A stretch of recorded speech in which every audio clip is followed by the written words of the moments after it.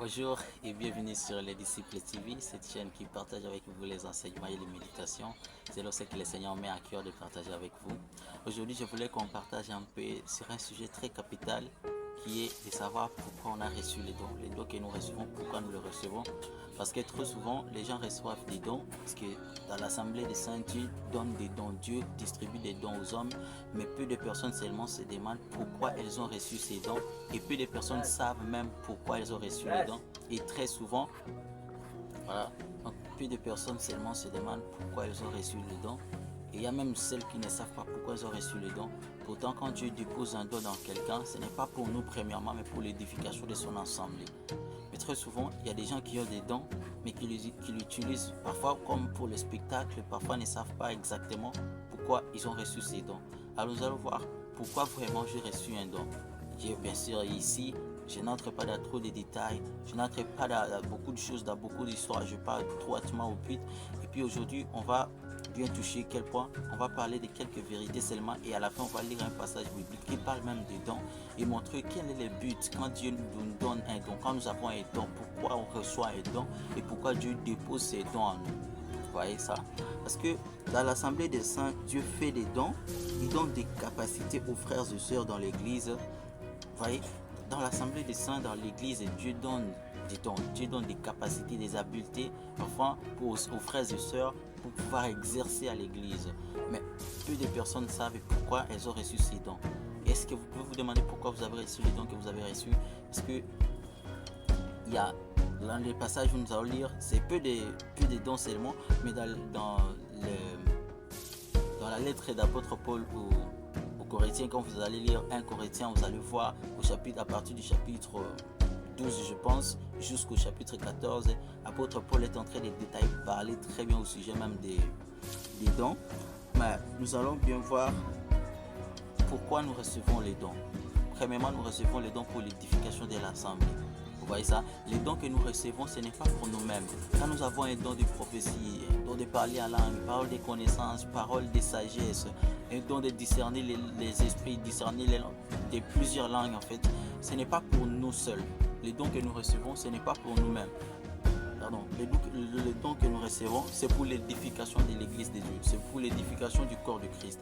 Pourquoi quand vous avez reçu un don, ne prenez pas ces dons pour pouvoir l'utiliser chez vous ou bien vous-même. Mais quand nous recevons les dons que nous recevons, c'est quelque chose qu'on n'a pas mérité en fait. C'est un don, on t'a offert, mais quand on t'offre quelque chose, c'est avec but.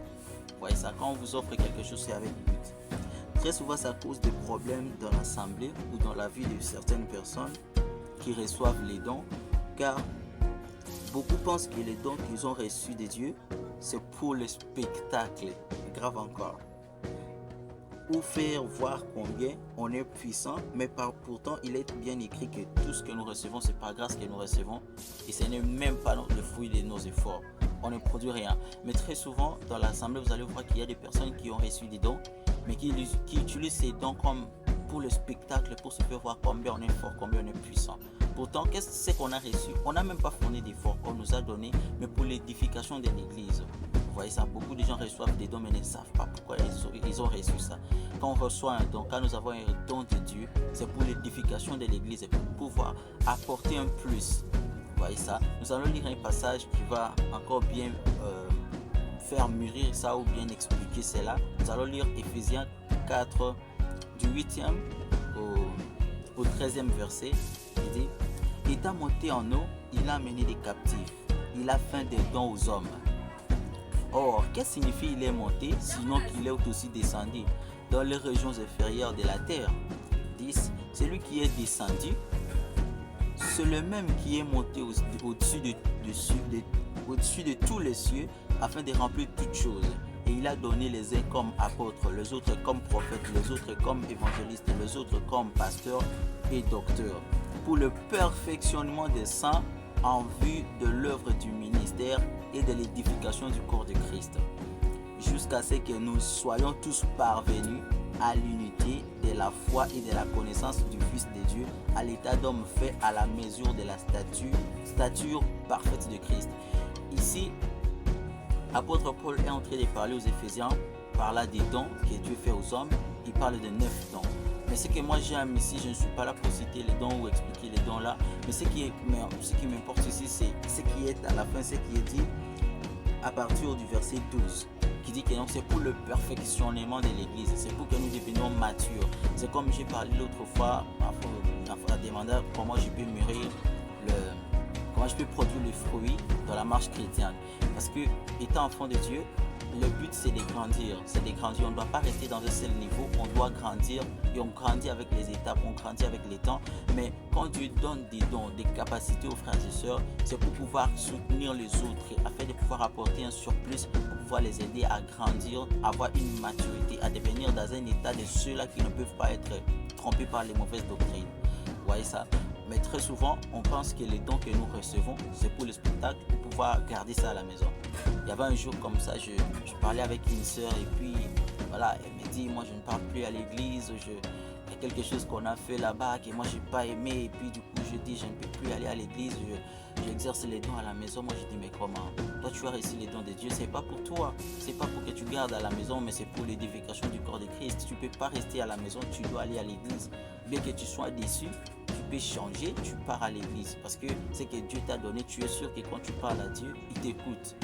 Tu peux aussi parler à Dieu à cause d'une autre personne, tu deviens intercesseur. Maintenant, pourquoi tu vas rester avec ça à la maison pendant que Dieu t'a donné ça pour que tu puisses l'exercer à l'église? Et je crois tellement bien que le Seigneur a touché son cœur et il a pris la décision de retourner à l'église. Donc, il faut comprendre que les dons que nous avons reçus, pourquoi nous avons reçu les dons? C'est pour édifier le peuple de Dieu. C'est pour contribuer à l'évolution, à la croissance de l'église. C'est très important. Les dons qu'on reçoit, ce n'est pas pour le spectacle, ce n'est pas pour montrer aux gens combien on est fort, combien on est puissant, parce que ça n'a pas dépendu de nous. On n'a fourni aucun effort. C'est la grâce de Dieu et nous devons mettre ça en tête pour savoir que les dons que nous avons reçus, c'est pour les autres, c'est pour édifier le corps de Christ. Je pense que prochainement, si Dieu nous donne le temps, on va aborder un peu sur les dons de prophétie pour savoir pourquoi nous recevons les dons de prophétie. Mais pour aujourd'hui, je m'arrête là et que Dieu vous bénisse.